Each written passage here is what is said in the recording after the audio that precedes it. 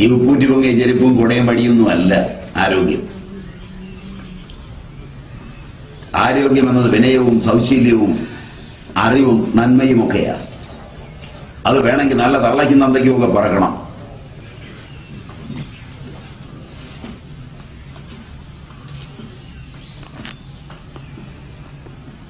പൂവല്ലേ നല്ലത്?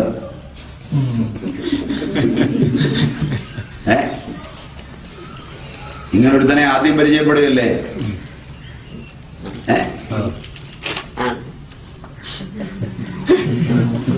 പൊള്ളുന്നില്ലേ? നല്ലോലെ ചുട്ടു പൊള്ളുന്നില്ലേ? പൊള്ളും പൊള്ളും, നല്ല പോലെ പൊള്ളും. ആ, നല്ല പോലെ പൊള്ളും. ഇങ്ങനൊന്നും വിചാരിച്ചില്ലല്ലോ. വരുമ്പോ ഇങ്ങനെ ധരിച്ചോ? ആരോ പറ്റിച്ചതാ.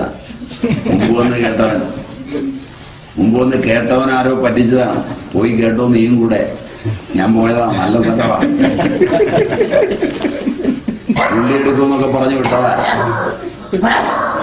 കൊള്ളുമ്പോഴാ അറിയ.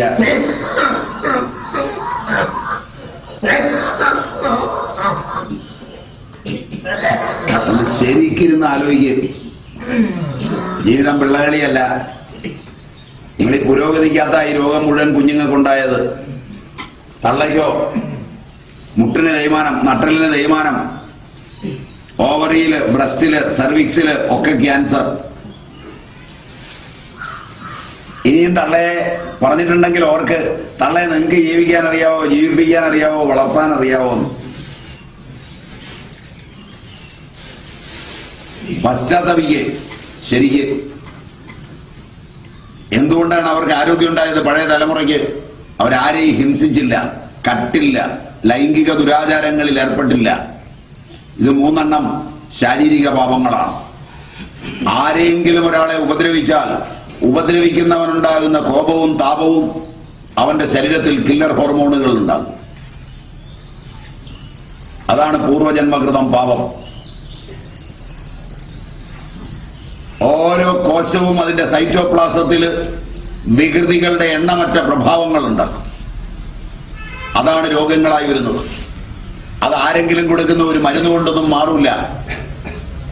അമേരിക്കയിൽ ഉണ്ടാക്കിയാലും ഇംഗ്ലണ്ടിൽ ഉണ്ടാക്കിയാലും അത് മാറണമെങ്കിൽ പശ്ചാത്തപിക്കണം, ഉള്ളുരുകി. റിപ്പന്റ് ഈ ദ ചിൽഡ്രൻ ഓഫ് വൈപ്പേഴ്സ്, അണലിയുടെ സന്താനങ്ങളെ പശ്ചാത്തപിക്കുവിൻ. ബ്രെയിനിൽ ചെല്ലണം പശ്ചാത്താപം. അറിയാതെ ചെയ്ത തെറ്റാണ്, പ്രായശ്ചിത്തം ചെയ്യണം.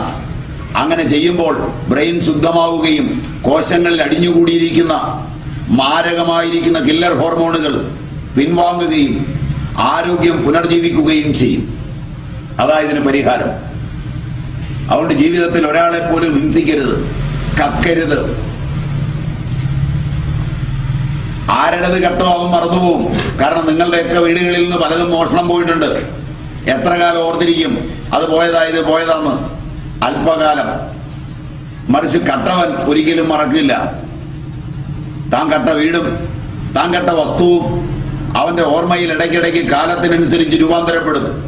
അങ്ങനെ രൂപാന്തരപ്പെടുമ്പോൾ അവന്റെ ശരീരത്തിൽ മുമ്പ് പറഞ്ഞതുപോലെ കില്ലർ ഹോർമോണുകളുടെ അതിപ്രസരം ഉണ്ടാവും.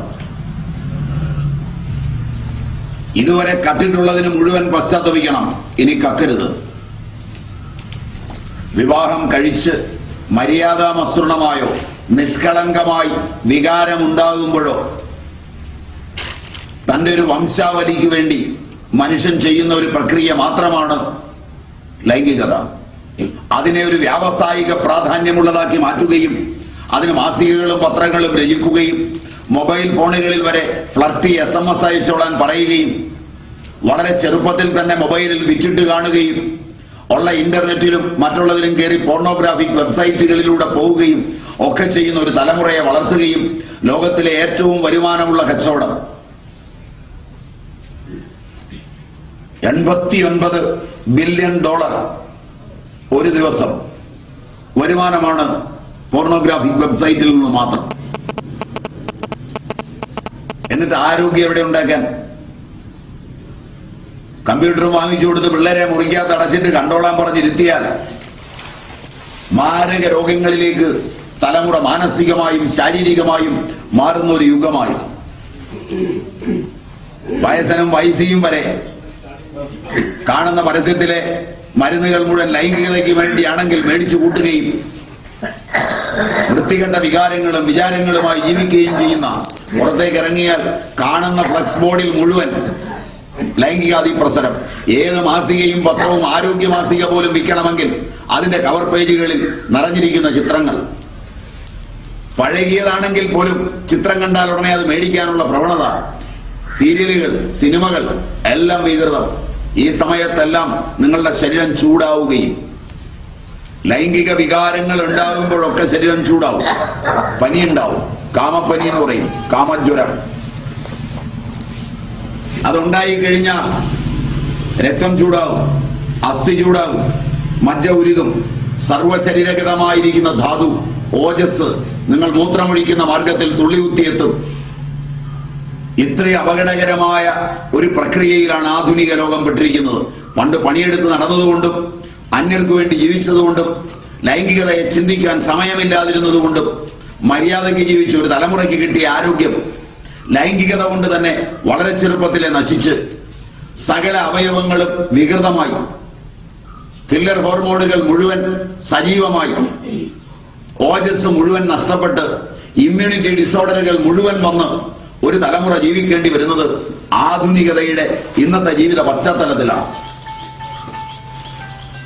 അതുകൊണ്ട് ഹിംസിക്കരുത്, കക്കരുത്, ലൈംഗിക ദുരാചാരങ്ങളിൽ ഏർപ്പെടരുത്. ഈ 3 പൂർവജന്മകൃതമായിരിക്കുന്ന ഓരോ നിമിഷത്തിനു മുമ്പ് അതിനു മുമ്പത്തെ നിമിഷത്തിൽ ചെയ്തു കൂട്ടിയ കർമ്മങ്ങൾ, അതിന്റെ തുടർച്ചകൾ, അത് ബ്രെയിനിൽ ഉണ്ടാക്കുന്ന ഭാവങ്ങൾ, അത് മുഴുവനുമാണ് നിങ്ങളുടെ ശരീരത്തെ മൃത്യുവിലേക്ക് കൂട്ടിക്കൊണ്ടുപോകുവാനുള്ള മാരക രോഗങ്ങളായി പ്രതിപ്രവർത്തിക്കുന്നത്.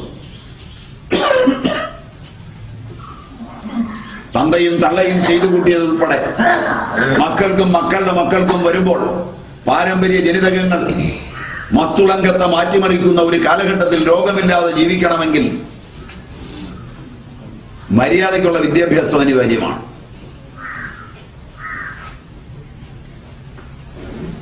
ഇതൊക്കെ പൊരുത്തപ്പെടുമെന്നുള്ളത് ശരിയാണെന്ന് തോന്നുന്നു.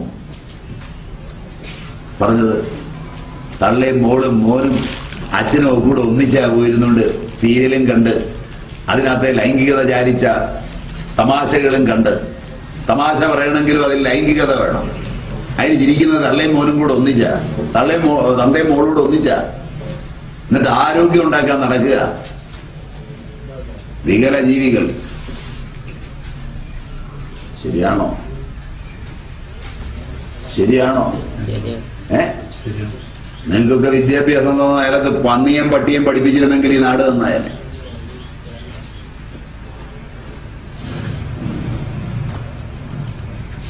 രാവിലെ കുറെ കളസ് വിട്ട് ഈ സ്കൂളിൽ പോയ നേരത്ത് വല്ല വാഴയും വെച്ചിരുന്നെങ്കിൽ ഈ നാട്ടിൽ ദാരിദ്ര്യം കുറഞ്ഞേനെ.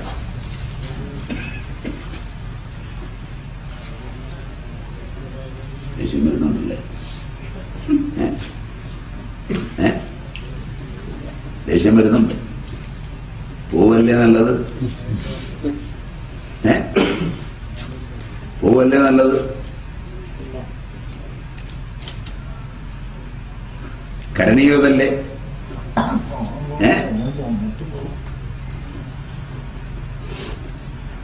പറഞ്ഞതിൽ സത്യമുണ്ടോ?